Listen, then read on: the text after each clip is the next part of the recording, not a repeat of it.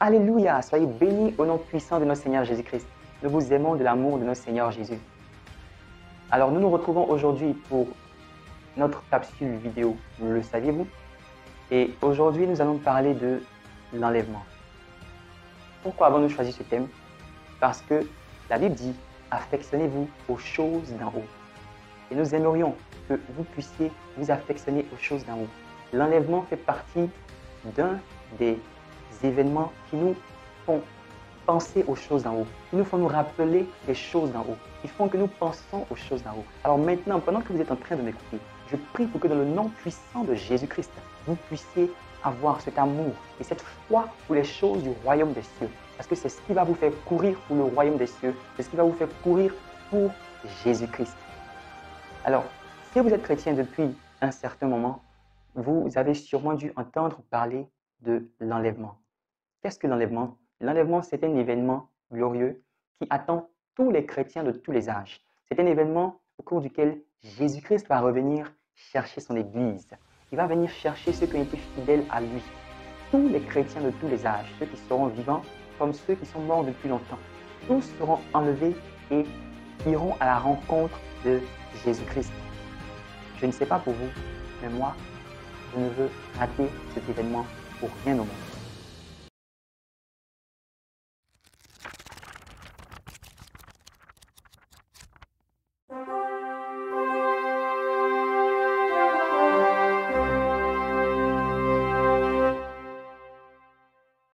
Dans la conscience collective des chrétiens, lorsqu'on parle d'enlèvement, on voit un événement qui se produit en un clin d'œil. Mais que dit la Bible? Que dit la Bible concernant l'enlèvement?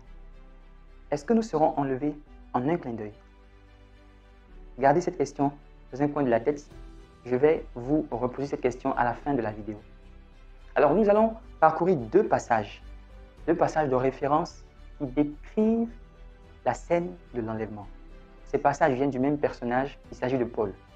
Ce passage se trouve dans 1 Thessaloniciens, le chapitre 4, du verset 15 au verset 17. Nous allons lire ensemble et je vais commenter au fur et à mesure. 1 Thessaloniciens, le verset 15 au verset 17. Voici en effet ce que nous vous déclarons d'après la parole du Seigneur. Nous les vivants, restés pour l'avènement du Seigneur, nous ne dévancerons pas ceux qui sont morts. Remarquez que, comme Paul dit « nous les vivants », il s'inclut dans le groupe de personnes qui sera enlevé. Ce qui signifie que d'une manière ou d'une autre, Paul considérait que c'était positif d'être encore là pour cet événement qui est l'enlèvement. Sinon, il aurait dit « ceux qui seront restés ». Mais il a dit « nous, les vivants, restés ». Donc, ce qui signifie qu'il s'incluait. Quand il dit « rester », cela ne fait pas référence à quelque chose de négatif. Il n'est pas resté parce qu'il a raté quelque chose, non. Ce terme « rester » fait référence à autre chose et nous en parlerons dans un autre enseignement. Nous n'avons pas le temps de le développer maintenant. Verset suivant. Il dit « Car le Seigneur lui-même a un signal donné à la voix d'un archange et au son de la trompette de Dieu, descendra du ciel et les morts en Christ ressusciteront premièrement. » Waouh! Paul nous dit que lorsque la trompette va sonner, et un premier événement qui aura lieu, c'est que ceux qui sont morts en Jésus-Christ, les chrétiens qui sont déjà morts, vont ressusciter premièrement. Point. Ou bien, comme on le dit en anglais, full stop. Ils vont ressusciter d'abord. Verset suivant, verset 17. Ensuite, nous les vivants qui serons restés, nous serons tous ensemble enlevés avec eux sur des nuées à la rencontre du Seigneur dans les airs et ainsi nous serons toujours avec le Seigneur. Donc, nous serons tous enlevés, c'est-à-dire ceux qui seront ressuscités et ceux qui seront vivants. Nous serons tous ensemble enlevés. Comment? Sur des nuées. Nous allons rencontrer le Seigneur dans les airs. Ou comme le dit la version en anglais, in the clouds, c'est-à-dire dans les nuages. Nous serons avec le Seigneur dans les nuages. Prenons maintenant le deuxième passage. Il se trouve dans le livre de 1 Corinthiens, le chapitre 15 et au verset 51. Verset 51 à 52. Voici ce que Paul dit. Voici, je vous dis un mystère. Nous ne mourrons pas tous, mais tous nous serons changés. En un instant, en un clin d'œil, à la dernière trompette. Point. Full stop. Paul dit que le mystère qu'il nous révèle ici, c'est que nous serons changés en un clin d'œil. Voilà le mystère que Paul nous révèle là. Il dit, la trompette sonnera et les morts ressusciteront incorruptibles et nous serons changés. Donc, qu'est-ce qui se passe à la trompette? Les morts ressuscitent incorruptibles et nous sommes changés. Donc, on va faire un exercice assez intéressant. On va coupler les deux passages. Vous savez, si vous voulez prendre la photo d'un paysage et que vous n'avez pas un appareil photo qui a la capacité de prendre des photos en paysage, qu'est-ce que vous allez faire? Vous allez prendre peut-être la partie droite du paysage, la partie gauche, vous allez prendre de face et après vous allez recoller pour avoir une image complète du paysage. C'est exactement ce que nous allons faire. Nous allons recoller ces deux passages qui décrivent le même événement pour avoir une vision complète de ce qui se passe.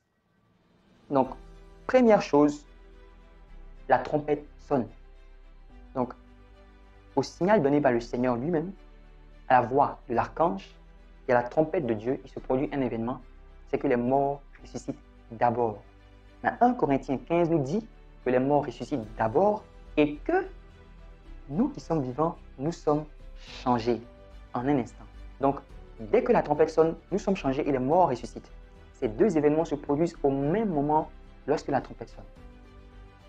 Ensuite, après, nous qui avons été changés, c'est-à-dire les chrétiens qui avons été changés, qui avons eu ce nouveau corps, et les chrétiens qui sont ressuscités avec ce nouveau corps, nous sommes enlevés. Nous sommes enlevés comment? Sur les nuées. Alléluia, nous sommes enlevés sur les nuées. Je vais faire une petite parenthèse. Imaginez un instant comment cet événement va se reproduire. Vous voyez, la trompette sonne, nous sommes plusieurs chrétiens et quelques-uns voient leur corps changer et d'autres restent, ne voient pas leur corps changer. Il n'y a aucun changement sur eux. Ils voient leurs frères chrétiens qui ont quelque chose de différent et eux ne l'ont pas. Imaginez un peu. Je prie pour que, par la grâce du Seigneur, vous fassiez partie de ceux qui vont recevoir ce nouveau corps. Si nous sommes vivants pendant cet événement, je prie pour que vous fassiez partie de ceux qui vont recevoir ce nouveau corps. Au nom puissant de Jésus-Christ. Amen. Donc, je ne sais pas si vous avez remarqué là où je voulais en venir, mais je vous repose encore la question. Est-ce que nous sommes enlevés en un clin d'œil? Après les passages qu'on a lus, nous sommes changés en un clin d'œil, mais nous sommes enlevés sur les nuées. Alléluia! Lorsque je suis tombé sur cette révélation, lorsque je lisais, à force de relire, le Seigneur a tiré mon attention sur ça. Je dis, waouh! Mais j'étais encore comme les disciples, je me disais, mais est-ce que, je me posais encore la question. Et le Seigneur, pour m'aider, m'a fait voir d'autres passages. Parce que cette scène n'est pas la seule qui décrit l'enlèvement. Cet enlèvement, c'est l'enlèvement de l'Église. Mais il y a eu d'autres enlèvements dans la Bible. Et il m'a fait parcourir ces passages pour que je vois un peu comment l'enlèvement se produit dans le modèle biblique. Et il m'a montré également comment se produit la résurrection des morts. Il y a deux types de résurrection des morts. Il y a une résurrection des morts pour continuer de vivre sur la terre, c'est-à-dire un miracle s'opère, quelqu'un qui était mort, qui avait été reconnu comme étant mort, est ressuscité par le nom de Jésus, il revient à la vie et il continue de vivre sur la terre. Et il y a un autre type de résurrection où lorsqu'on ressuscite, on ressuscite pour aller au ciel avec un corps glorieux. Et il y a d'autres passages dans la Bible qui nous montrent comment cette résurrection se produit. Alors nous allons parcourir ces passages-là pour que vous ayez des fondements solides sur ce que nous sommes en train de dire. Soyez bénis.